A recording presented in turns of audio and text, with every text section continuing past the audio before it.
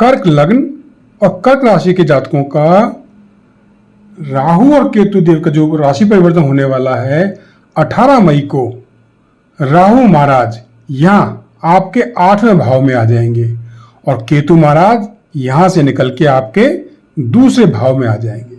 तो राहु महाराज आपको कैसे फल देने वाले हैं इसमें संपूर्ण चर्चा की जाएगी। राहु महाराज दोस्तों 1.5 साल तक यानी अगले करीब दिसंबर 2026 तक यहीं रहने वाले हैं।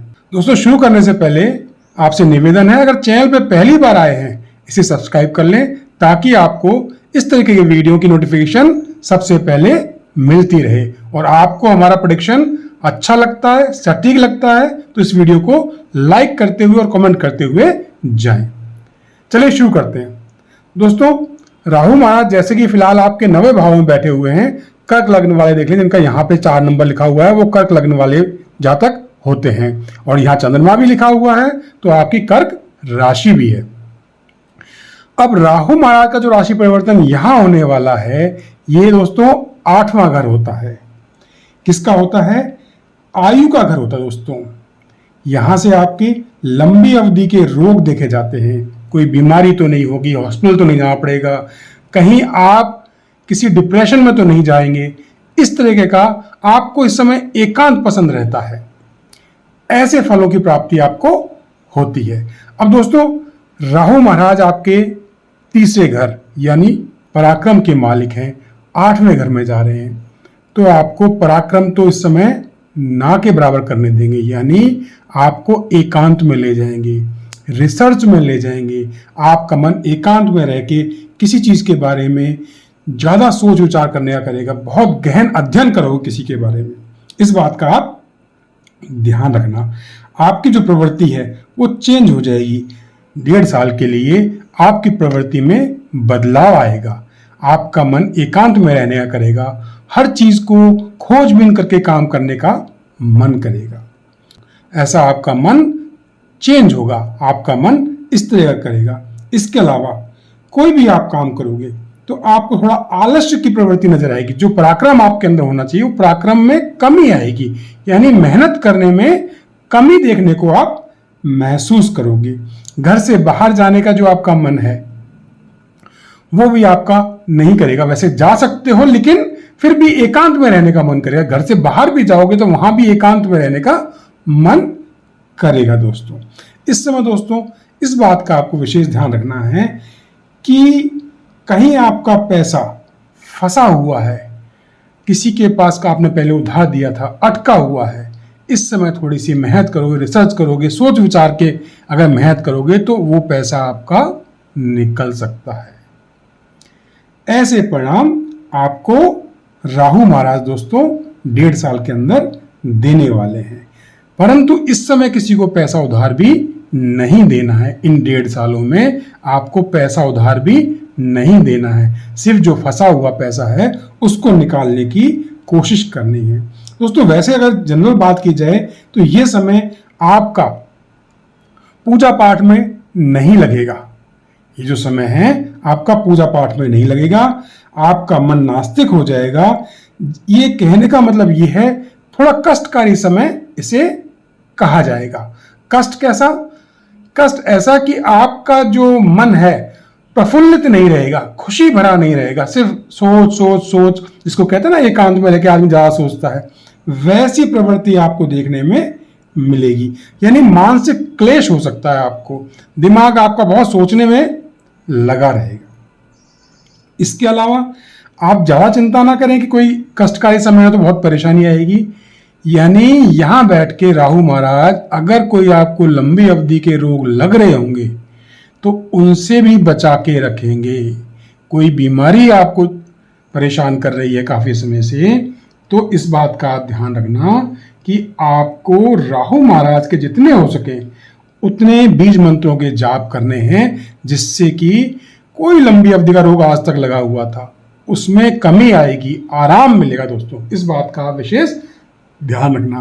अगर अब तक आपके चक्कर हॉस्पिटल में लग रहे थे, बार बार जाना हो रहा था, जेल यात्रा हो रही थी, किसी वजह से फंस गए थे, जेल में जा रहे थे, यह समय निकलने का है। दोस्तों कोशिश करेंगे राहु महाराज के बीज मंत्रों का जाप करेंगे, हो सकता है आपको काफी आराम मिलेगा, उनसे छुटकारा मिलने की पोजीशन आ सकती है। यानी सोचना है कि कैसे बाहर निकलना है, यानी सोचने में समय जरूर लगेगा, लेकिन यह समय आपको बाहर भी निकाल सकता है।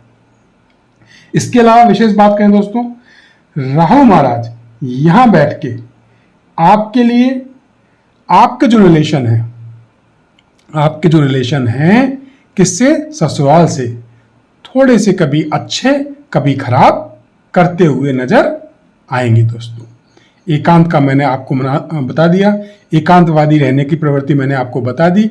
इसके अलावा आपके जो मान सम्मान है, मान सम्मान में अगर आप रिसर्च के फील्ड में हैं तो इस समय आपके लिए काफी अच्छा है। अगर आप वैज्ञानिक हैं, साइंटिस्ट हैं, LIC एजेंट हैं, या कोई जीवन संबंधित काम करते हैं जिसमें जीवन की हानि, मृत्यु, इस तरीके के योग देखे जाते हैं, तो आपके लिए यह मान सम्मान दिलाने का समय है। इस फील्ड में हैं, जैसा बता रहा हूं, डॉक्टर हैं, एडवोकेट हैं, तो आपके लिए यह समय काफी अच्छा रहने वाला है। उनके अलावा दूसरे लोगों की बात नहीं, दूसरों के लिए यह समय आपको डिप्रेशन में भी ले आ सकता है। आपको ध्यान रखना है, अगर आपको डिप्रेशन जैसी स्थिति महसूस होने लगे तो आप राहु महाराज के बीज मंत्रों का जितना हो सके उतना जाप करें। इसके अलावा आप नारियल अपने ऊपर से उछाल कर उसका किसी गरीब को दान कर सकते हैं। ऐसा करने से आपकी जो डिप्रेशन की पोजीशन है वो सुधरती जाएगी और आप ठीक रहेंगे। इस समय यानी 1.5 साल का समय आपके लिए आराम से धीरे धीरे निकल जाएगा। बहुत अच्छी स्थिति तो नहीं कह सकता हूं, लेकिन यह समय आपका कट जाएगा। इसके अलावा दोस्तों बात करें तो अगर आप मेहनत नहीं कर पा रहे, देखो बीमार हैं, इस समय बीमार हैं, तो बीमार तो रहेंगे, आप बीमार रहेंगे, कंफ्यूज रहेंगे, ये बात ध्यान रखना, ठीक है। लेकिन बीमारी छोटी मोटी होगी, बड़ी बीमारी होने के संकेत यहां इस समय नहीं दिखाते, तो ज्यादा चिंता करने की जरूरत नहीं है। बड़ी बीमारी नहीं, छोटी बीमारी तो सबको होती रहती है, इसलिए टेंशन करने की जरूरत नहीं है। बड़ी बीमारी राहु महाराज आपको नहीं होने देंगे।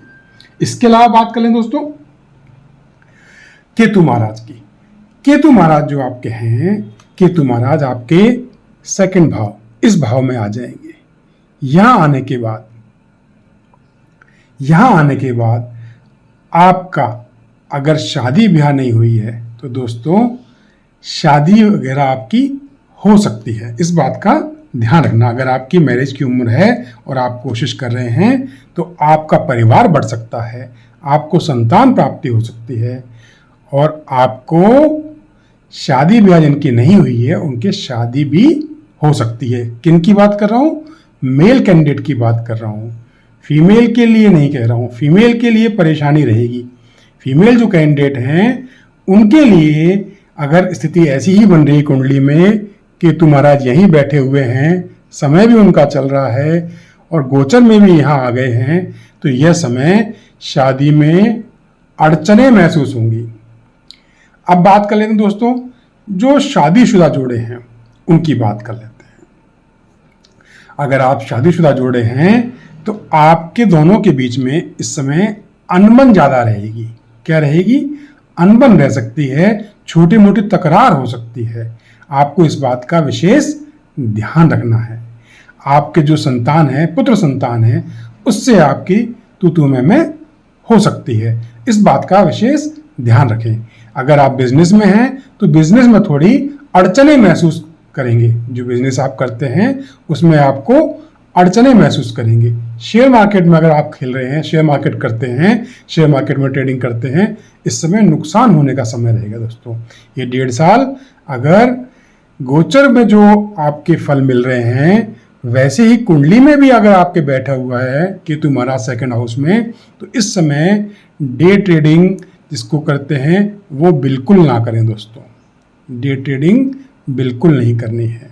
इन्वेस्टमेंट कर सकते हैं, डे ट्रेडिंग नहीं करनी। शेयर मार्केट से आपको अलर्ट रहना है। नुकसान होने के ज़्यादा चांसेस यहाँ केतु महाराज दिखाते हैं। इसके अलावा दोस्तों अगर बात करते हैं आपके केतु महाराज की, केतु महाराज आपके 9वें भाव के मालिक होते हैं और आपके बैठे हुए हैं दूसरे भाव में। दोस्तों इस समय जिनके केतु महाराज दूसरे भाव में बैठे हुए हैं, उनका इस समय तीर्थ यात्रा में जाने का पॉसिबिलिटी बनती है। घूमने फिरने के लिए तीर्थ यात्रा में आप जा सकते हैं। इसके अलावा दोस्तों बात करें इनकम के लिहाज से देखते हैं तो इस समय परिवार से कोई आपको आय हो सकती है, आपका मान सम्मान बढ़ सकता है, परिवार में आपका ओहदा ऊंचा हो सकता है। ऐसा समय दोस्तों आपका केतु महाराज देने वाले हैं। इसके अलावा जैसा मैंने आपको बताया, सोच विचार आपकी बड़ा हुआ रहेगा। इस समय ज़्यादा सोचेंगे, सोच विचार में ज़्यादा समय आपको नष्ट नहीं करना है, इस बात का ध्यान रखना। आपका मन सोच विचार में ज़्यादा लगेगा। और आगे बात करते हैं केतु महाराज। इसके अलावा आपको ध्यान रखना है किसी भी लड़ाई झगड़े कोर्ट केस में आपको इस समय नहीं बढ़ना है। यह समय आपको परेशान कर सकता है, कोर्ट केस में फंसाने की कोशिश कर सकता है। तो आपको दोस्तों थोड़ा सा लड़ाई झगड़े से दूर रहना है। आपके लिए जो समय है वो लड़ाई झगड़े से दूर रहने का समय है।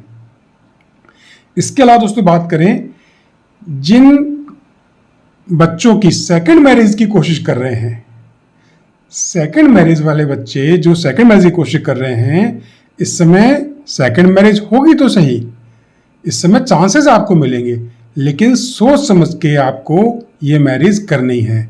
कहीं कोई धोखा आपके साथ में ना हो जाए, इस बात का आपको ध्यान रखना है। बाकी सारी परिस्थिति आपकी पूरी कुंडली देख के मालूम चलती है, लेकिन फिर भी आपको इन 1.5 सालों में अगर आप सेकंड मैरिज करने की कोशिश कर रहे हैं या प्रपोजल आ रहे हैं तो उसको तसल्ली से देख के फिर करना है, क्योंकि इस समय धोखे होने के ज़्यादा चांसेस हैं दोस्तों।